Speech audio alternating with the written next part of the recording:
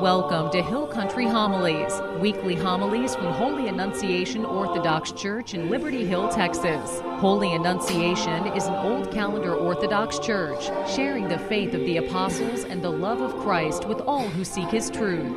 Now let's listen to this week's homily. In the name of the Father, and the Son, and the Holy Spirit.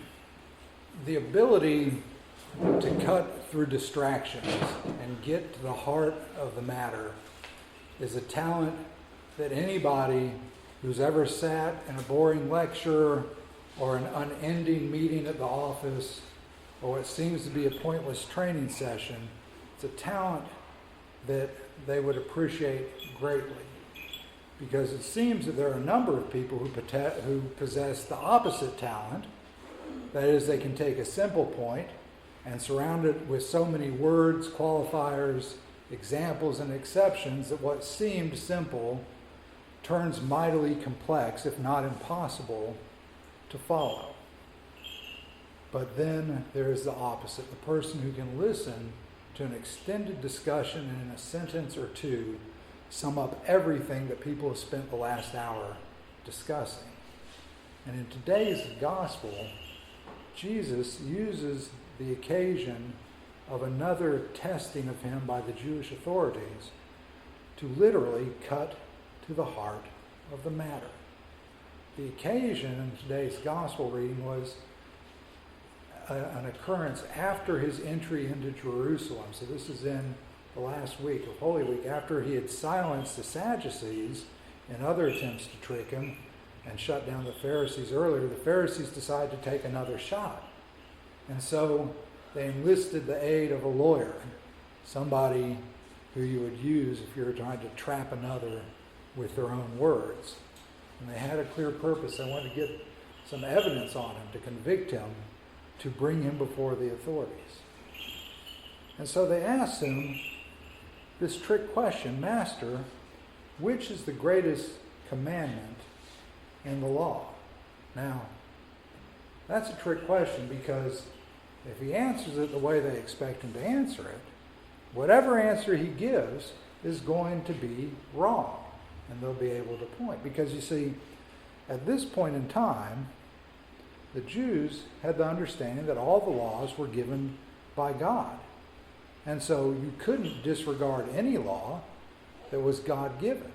You couldn't lower it before another. In fact, they had enumerated 613 different written laws in the Torah, some which were negative commands, the thou shalt nots, and some of which were positive commands, that you shall do this. And on top of the 613 written laws of the Torah, there was another collection of oral law, an entirely unwritten law, much like Orthodox oral tradition guides us in understanding the scriptures and the teachings of the church. The Jews had an unwritten oral law which helped them interpret the law of the Torah. And so whatever answer Christ gave would surely have brought great outrage that he would have picked one particular law over the other. But what Christ does instead is he cuts through the law and he distills it down to two necessary and great commandments. Thou shalt love the Lord your God with all your heart, all your soul, and all your mind, and your neighbor as yourself. Love God, love your neighbor. And he says, on these two commandments hang all the law and all the prophets. In other words, everything that's been written, the law of Moses, the prophetic words contained in the Hebrew Scripture, all of that is dependent upon those two great commandments. And when Christ says this, when he says to the listeners, the hearers, who've been sent to question him, he is not advocating an abrogation of the law that has come before. He's not saying throw out all your laws, there's only 2 laws now. What he's doing is he's teaching what the church teaches when we say that the law was intended for one purpose, and that was to prepare the Jews to receive Christ. Because the law by itself is without any grace or any saving power. As Paul said in Galatians, let me ask you this, did you receive the Spirit by the works of the law or by the hearing of the faith? And Paul also reminds us that before faith came, we were kept under the law, shut up unto the faith, which would afterwards be revealed. The law, he says, was our schoolmaster. It was teaching us. But at the same time, the law is barring us from faith, because if we see everything dependent upon the law, there's no room for faith. And the law has only one consequence, and that's transgression. The law leads to transgression, which then leads to wrath.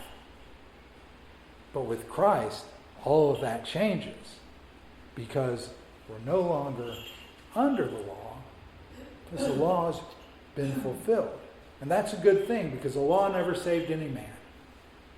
Every hearer of the law, everyone bound by the old covenant, was resting in Hades when Christ descended and broke the doors and loosed the chains of all those resting in Hades. The entire purpose of the law was to open the hearts of the Jews to these 2 things, the love of God and the love of neighbor, because both of these would be necessary to seeing and receiving the Christ. The heart cannot be blinded by the things of the world. Power, greed, envy, fleshly temptations, all of these things do what? They harden the heart. They don't leave the heart open to the love of God. They don't leave the heart open to the love of Christ. Because what Christ will do, and what he has done, is he will come and he will demand even greater than the law demands. All of those 613 written laws, Christ, on the Sermon on the Mount, says what? We have to go further than that. They have a law for murder, but I say if you're angry with your brother, you've committed murder. There's no adultery, but if you've even lusted in your heart, you've already committed adultery. Christ says this in the Sermon on the Mount, saying, take the law, and now we expand it. We put on ourselves an even greater expectation that's our calling. In the Sermon on the Mount, Christ says, you've heard it said, that you will love your neighbor and hate your enemy, but I say, love your enemies and pray for those who persecute you, so that you may be sons of your Father who is in heaven. For he causes his sun to rise on the evil and the good, and he sends rain upon the righteous and the unrighteous. This is a radical shift in the way of thinking, because the Jewish law said, you do good to those who are your friends, you do good to your neighbors, you do good to those nations that support you, but your enemies you strike down. Your enemies you war against. But Christ comes and says, oh no. God's provision is for all of creation, all of mankind.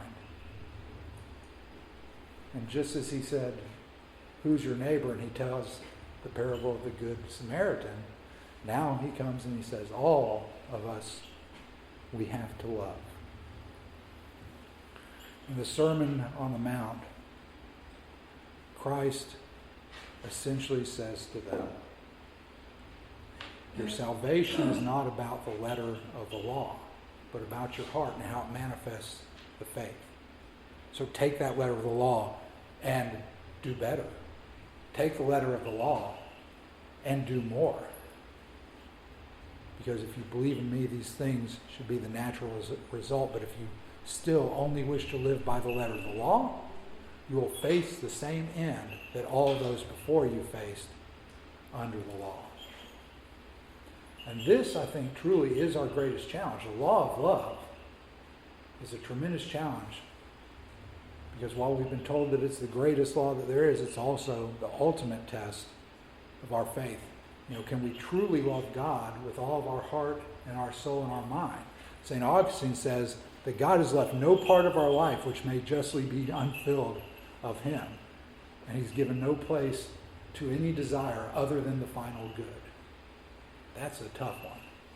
Every part of our being we must fill up with the love of God. And it's no less a challenge than loving our neighbor as ourselves. Do we put our neighbors or ourselves to some test of being worthy of love? Usually we do. This is where we get some of the greatest obstacles that we have to surmount in meeting this call to love our neighbors or ourselves. Because so often what we want to do is say, well, they did this, so they're not quite worthy of the love that we're called to give them. We've got some litmus tests that if they don't pass, we're not really going to truly give them our love. St. Augustine, though, again, tells us what to do about that. He says, he that loves men ought to love them either because they're righteous, those are the ones that pass the test, or that they may be righteous. So whether they're righteous already or whether by our love we hope to show enough of Christ so that they become righteous, we have to love them. It's an unconditioned kind of love. Unconditioned and unconditional. It's either by merit, they've earned our love, or by anticipation of merit. We believe that Christ can change people. They may not be, it may not be easy to love them now, but in anticipation that we may love them in the future, we're going to love them again. And we're going to love them now. St. Augustine says that the proof of our love is distilled in this way. If a man loves his neighbor, it follows that he loves God also, and that the opposite is true. If a man doesn't love his neighbor, we have to ask whether he truly loves God. Because remember the words of Christ, if you love me, keep my commandments, right? And Christ has told us, love your neighbor as yourself. So if a man doesn't love his neighbor, we have to wonder about his relationship with God. This is the great commandment. The second is like unto it, right? Love God, love your neighbor as yourself. What a challenge for us each and every day. Because the easiest thing is, even if we profess a love of God, to focus on ourselves and not to have that love for our neighbor. Because you know what? Sometimes our neighbors just aren't that easy to love. And that's what makes it hard. That's what makes it hard. But go through the scriptures. Go through the fathers. And if you find any verse, if you find any father that suggests those people that are just kind of difficult people, it's okay not to love them, come back and tell me and I'll just recant this whole thing. It's hard. But that's our calling. And by loving our neighbor, we show the love that we have for God. And that's precisely what we're asked to do. So when Christ, faced by the tricky questions of this lawyer, turns the table, he basically says, take your 613 laws, put them on a pile, and I'm going to put 2 on top of them. Love God, love your neighbor. There's your great commandments. Any other questions? As we saw in the gospel, from that day forward, they asked him no more questions, because love answers everything. So brothers and sisters, as we depart today and prepare for the coming baptism of Catherine, let us remember these 2 great commandments and let us keep them. May our love for God be shown always in our love for our neighbor, and may we see God in every man, loving them as we love God himself. For if, as Christians, they're to know us by our love, then this love truly extends to all of mankind and all of creation, and is for us the ultimate challenge in the keeping of the commands of Christ. Love freely, love without condition, love both the righteous and those who by our prayers and God's grace one day may be accounted righteous as well. And in this freely given love, we will show our love for God, who is merciful and loves each and every one of us. In the name of the Father, and the Son, and the Holy Spirit. Glory to Jesus Christ. Glory.